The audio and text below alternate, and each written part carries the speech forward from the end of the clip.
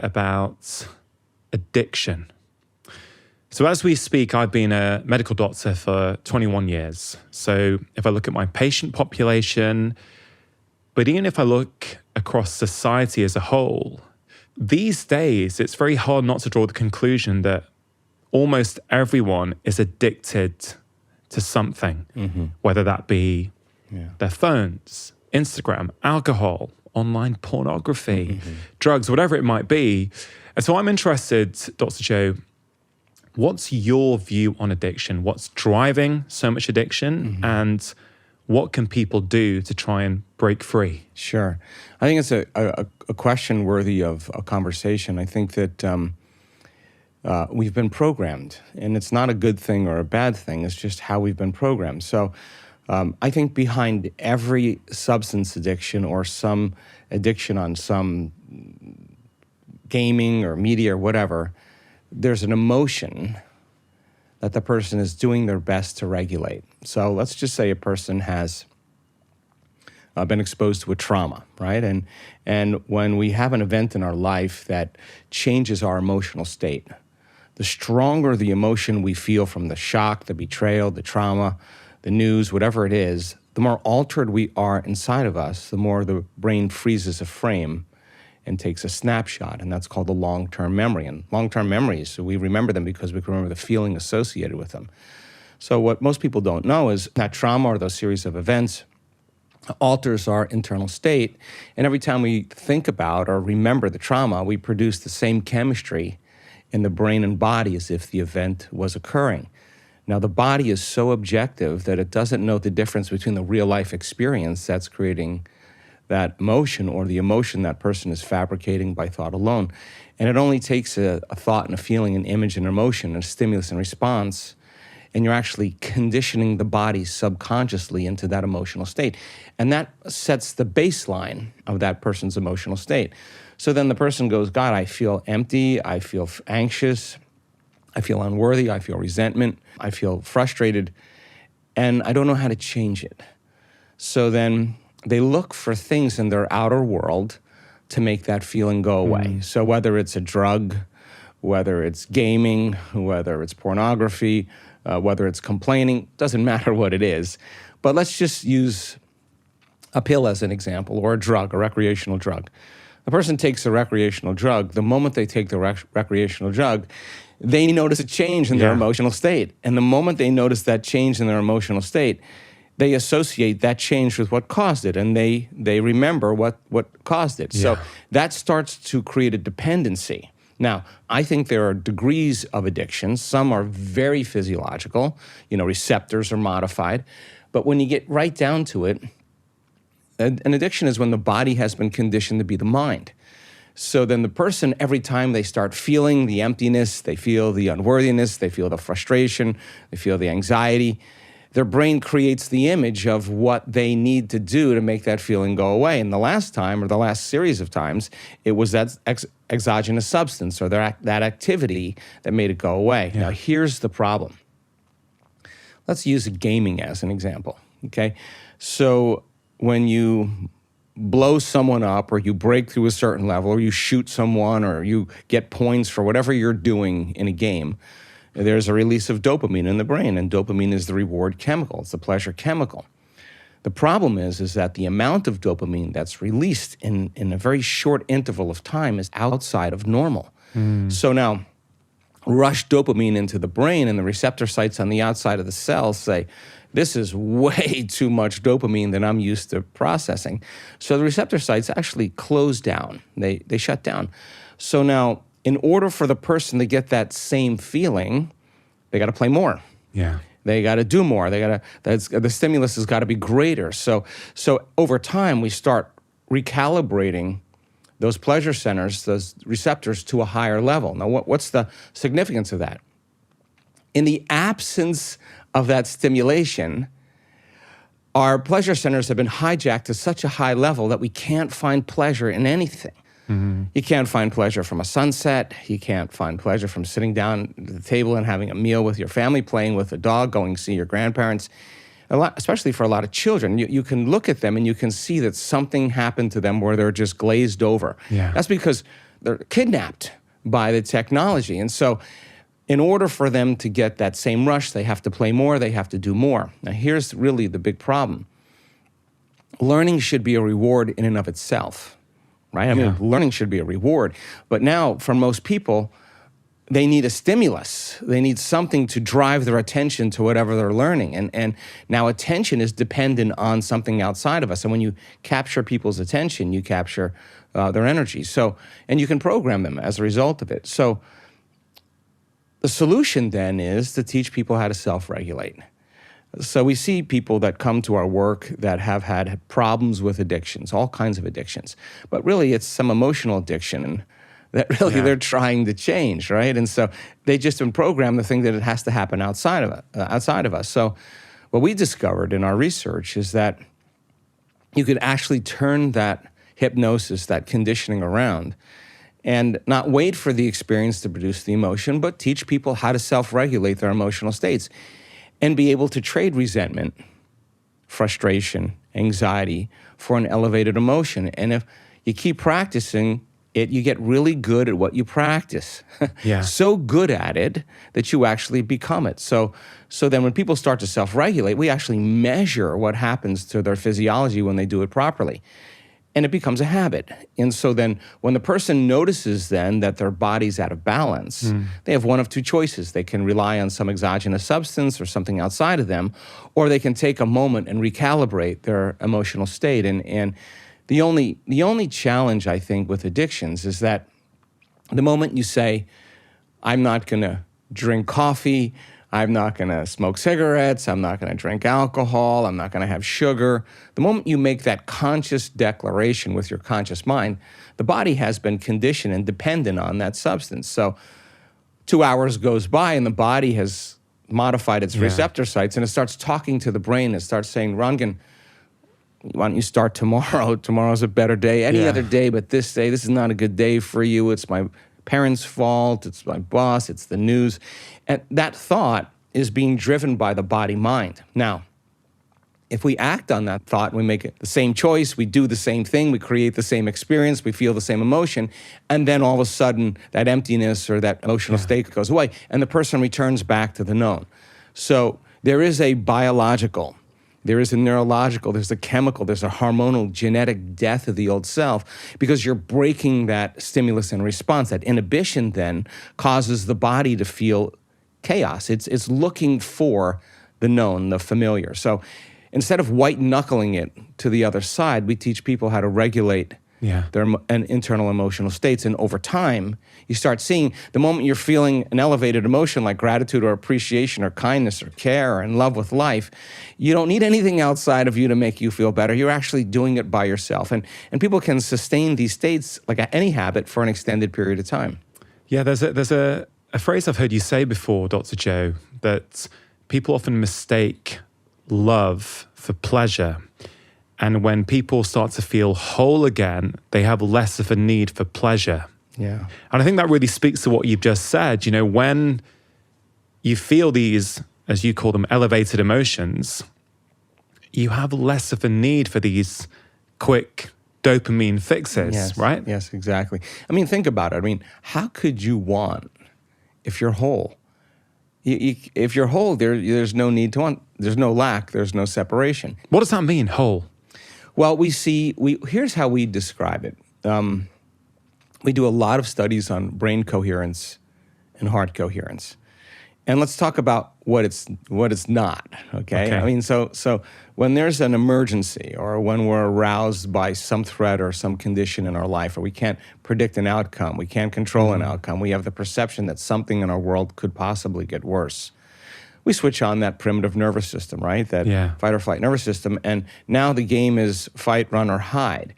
The problem is with human beings, when we're at it, we feel like a loss of control. Our brain all of a sudden tries to control everything in our life. So every person, every object, everything, every place, every experience that you've ever had is mapped in your neocortex. So the arousal of the stress hormones drives the brain into a very high brainwave state called high beta. But then as you shift your attention from one meeting to another text, to another person, to another thing, to another place you have to go, every one of those different elements has a neurological network in the brain. So like a lightning storm in the clouds, the brain starts firing out of order. It starts firing incoherently. And when the brain is incoherent, we're incoherent. And so think about when you're stressed. The most common thing that people do is they over-focus. They narrow their focus on whatever it is that's driving them to pay attention to it. Yeah. And so then the act of paying attention to the problem is actually driving the brain further out of balance. And we've studied this. When you analyze that problem, that circumstance, that condition within the emotion that you are feeling and derived by the hormones of stress, you'll make your brain worse 100% of the time, because the analysis, the over-analysis, is driving it further into a higher thinking, higher beta brainwave state. So this kind of narrow focus is what causes the brain to be a house divided against itself. So we thought, well, why don't we do the opposite? Why, instead of narrowing our focus on the cause, something physical, something material, because the hormones of stress actually heighten the senses and cause us to become materialists. So matter is the issue when there's survival. It's whatever's around the corner. It's whatever's going to happen. So we said, okay, let's teach people something else. Let's teach them how to broaden their focus. And as they broaden their focus and take their attention off of everything material and everything known and focus on space, focus on nothing, the act of doing that actually starts slowing down the analytical mind. You can't analyze when you're sensing. And it starts to change the person's brainwaves into a slower brainwave pattern. Right. And so now as you start slowing your brainwaves from that high beta, you start slowing down, you're shifting gears, you go into a mid-range beta, then you go into a low-level beta, and then all of a sudden you get into alpha. Now alpha, when you're in alpha, the voice in your head, the critic in your mind goes away. That voice that's talking to you stops, and the brain tends to see in images, in pictures. That's the imaginary state, that's the creative state. And in alpha, when you're out of survival, you're looking for answers, you're creative, you're looking for new ways of doing things. So when they broaden their focus, not only do they move into alpha, but all of a sudden we start seeing those different compartments of the brain that were once subdivided, all of a sudden starting to unify. Different communities of neurons that were fragmented start to synchronize. And that's what you call coherence. Right, so what syncs in the brain, links in the brain. So when you see the front of the brain talking to the back of the brain, the right side of the brain talking to the left side of the brain, you start knowing something good is starting to happen and the person's starting to create more order. So when you see those psychic union of two hemispheres coming together, you know, the polarity, that person starts to feel incredibly whole. And coherence, when you have waves that are coherent, when they build or interfere with each other, their waves get bigger. And the higher the amplitude of the wave, the higher the energy in the brain. All of a sudden, the person starts to become very relaxed and no longer stressed in a program, and kind of alert and awake. At the same time, when you're resentful or frustrated or impatient and you're sitting in traffic, the same hormones are released and your heart is actually beating like there's a tiger behind you, but you can't run, you can't fight, you can't hide, and the traffic is frustrating you even more. You're releasing more of those chemicals, so the heart starts beating against the closed system. And when that happens, the heart starts beating out of order. Now, the heart's incoherent. So when incoherent waves interfere with each other, they're out of order, they diminish energy, and the brain energy leaves the heart. And this is when we stop trusting. This is not a time to communicate. This is not a time to learn. This is not a time to be creative. And energy leaves the heart. So we discovered then when a person truly starts practicing those elevated emotions, the heart gets very orderly, very coherent as well. And now, when you start feeling the emotions of the things that you want in your life or that you would like to create in your life, ahead of the actual experience, it's impossible for you to want it. Why could you possibly want it if you feel like it's already happened? Now, here's the cool part. Maintain that modified state of being. Get so good at doing it with your eyes closed.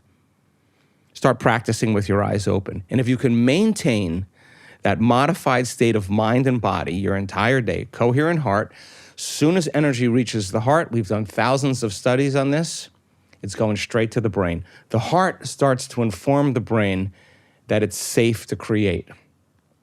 At the exact same time, the heart begins to produce an external magnetic field. You've got a Wi-Fi signal now. You start feeling connected. You start feeling more whole. And the brain is coherent. It's directing a very clear vision of what it wants. Combine that clear intention with an elevated emotion, you have a different Wi-Fi signal. You have a different energy. And now the cool part about that is you start to see those synchronicities, those coincidences, those opportunities start showing up in your life, and you're not going anywhere to get them. They're actually coming to you. Now let's just look at the biology of this. Yeah. Epigenetics says it's the environment that signals the gene. Genes don't create disease. Our response to the environment actually creates disease. Well, the end product of an experience in the environment is called an emotion. So the person who lives by the same emotion every single day, the body's so objective, it's believing it's living in the same environment, doesn't know the difference. And they keep the same genes signaled in the same way. Genes make proteins. Proteins are responsible for the structure and function of your body. The expression of proteins is the expression of life. And the person now is in the same emotional state. They're expressing the same genes, and nothing changes in our life until we change. Yeah. Okay, so now the person who trades resentment and frustration and anger and everything else for an elevated emotion, and they can sustain that state, the body's so objective that it's believing it's living in a different environment. Yeah. So they're knocking on the genetic door. So the elevated emotion the person memorizes, the body is so objective it doesn't know the difference between the real life experience that's creating that emotion and the emotion that person's regulating by thought alone. Keep knocking on the genetic door. You down-regulate the gene for disease and you up-regulate the gene for health because their body's in a different emotional state and the body's believing it's living in a different environment. And we've done studies with novice meditators, and we were curious to see what kind of biological changes would take place in 1 week if you went all in, like immersed yourself in the entire week-long event. Like people do on their 1 week Yeah, retreats. on our 1 week retreats. Yeah, so we draw blood and we look at about 2,882 metabolites, all exosomes, gene expression, and at the end of 7 days, the novice meditators, almost 100% of them, show substantial biological changes in their blood that suggests that they're living in a different environment. Now, here's the weird part about it. They're in a ballroom. There's nothing going on in a ballroom. I've been to thousands of ballrooms. There's nothing very exciting going on in a ballroom. They're actually making those changes inwardly. And I say to our research team, where are those chemicals coming from? Where are they coming from? The person's not taking any substance. It's coming from within us. And so the nervous system starts manufacturing a whole pharmacy of chemicals equal to the person's intention and emotional state. And it's how we think and how we feel that begins to alter things in our lives. Yeah, I mean, it's absolutely incredible to hear this. What kind of metabolites or I guess chemicals are you measuring? Are they to do with markers of inflammation? Yes. Cytokines, markers of inflammation. Markers of the immune system? Markers of the immune system, exosomes that have very positive effects that show the cell is in a state of growth and repair instead of in a state of tissue breakdown or catabolism. I mean, this is profound because a lot of people may not realize that just the way you sleep, if you have a beautiful 7.5, 8 hours of deep sleep, compared to, let's say, 5 hours of sleep, the next day you can measure maybe 700 genes are expressed differently in the body. You could be more pro-inflammatory the night after poor sleep. And what you're saying, your research is showing that actually when you take novice meditators, people who don't know how to do this, who don't have years of experience, they're not monks, they've not been trained. In fact, not to interrupt you, in fact, if they have no experience, they're going to do really well because they're going to do exactly what you tell them to do, especially guys that come and their wives drag them along, or people come and their partner wants them to do it, and they're like, I don't know anything about this. And I say, you're the perfect person. Just follow the instructions. Because you have no preconceived notion to undo. They just do exactly what you ask them. There's the guy, his heart's blown wide open, he's crying, he's hugging his wife, and she's looking at me like, what happened to him? He just fell into something really big. So yes, of course. Is that common in terms of the people who come to your work? I'm interested as the difference between males and females. And something you said there really resonated with me. So in my clinic, what I've seen time and time again is that men, and they're well known for this, and of course this is a gross generalization, but I've certainly seen it to be true in my own experience, is they wait. They've got things going on. They don't want to see the doctor. They don't want to go and get help. And often when they turn up, the first thing they will say is, hey, doc, look, I'm sorry to bother you. My wife made the appointment for me. My girlfriend told me I have to come in and see you. It's almost as if they want to excuse themselves for, hey, I wouldn't be here wasting your time, but actually, you know, my other half made me do this. Sure. Is that something you see as well in your work? Something similar, but in terms of this kind of genre, we have a very high percentage of men that come to our work.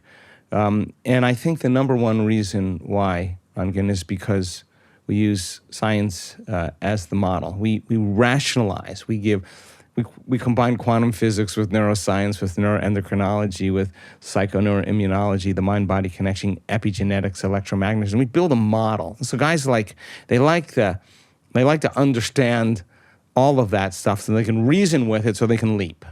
Women somehow tend to be a lot more intuitive. Yeah. It resonates with them. They trust that, and they just seem to flow a little differently. But then again, you know, we have men that come, and of course, a lot of times their partner wants them to come, but they really come because they notice the change in their partner. They're like, wow, they're way different. I can see that their response to things is completely different. In other words, my memory of them, this person is not fitting into how I remember them. They're out of phase, you know? So then when men finally do commit and they understand the science, and gosh, I mean, it's a really big thing for a man to get in touch with those feelings, right? Because in the game of competition, you know, the rut, you know, the roost, you're always trying to compete. You're always trying to get ahead. You're always can't be vulnerable. Well, that works for a really a good amount of time when you are matter trying to change matter, when you got to do things and you got to work hard and you got to be driven and all that stuff, sacrifices. But we teach that there's another way to create, actually, and that is really that opportunity for them to open their hearts. Now, I have stood next to men that have done it and completely reversed the health condition within a very short amount of time because, you know, here comes the house of cards. You know, they just realize that they've been holding this facade, this image of themselves, just so that they can keep up and play the game. And instead of waiting for crisis or disease or diagnosis, and once they get in touch with their feelings, again, there's nothing like a man who's leading with his heart. Oh my God, they consider the whole. And so, and then you take a look at women, you know, and this is just, again, a general observation. Women hold the family together. They make a whole lot of sacrifices. They continue to forgive. They do a lot of things. They put themselves after they've taken care of their family. And all of a sudden, they already know how to love. You just teach them how to get very clear on their intention and watch out. I mean, women do amazing work. A couple of times in this conversation, the word practice has come up. And you mentioned earlier on, what we practice, we get good at. So for many people, the first thing they do in the morning is that they practice stress. They get up, whether it's the news or emails or social media, in what I consider to be a very important time of the day, they allow the environment to start conditioning their mind, and then that conditions their body. Certainly that's the way I see it. And in a view of what we've been talking about so far, of course, we've mentioned addictions, which are rife these days. How important to you is the first part of the day when someone has woken up? Is that a critical part of the day where people have to be very intentional, or can they do some of the work that you promote later on? Or do you think first thing in the morning is a very important part of the day? I want to be really careful about this. I think there's two times the door to the subconscious mind opens up. When we wake up in the morning and we go to bed at night, and it's simple brain chemistry and simple physiology. We have a circadian rhythm. As soon as there's light, our body has been pretty much programmed Yeah. that we begin to release serotonin and different chemicals that kind of wake us up. So our brain waves go from delta to theta to alpha to beta. And you kind of slide up this way, and then you're back to conscious awareness and local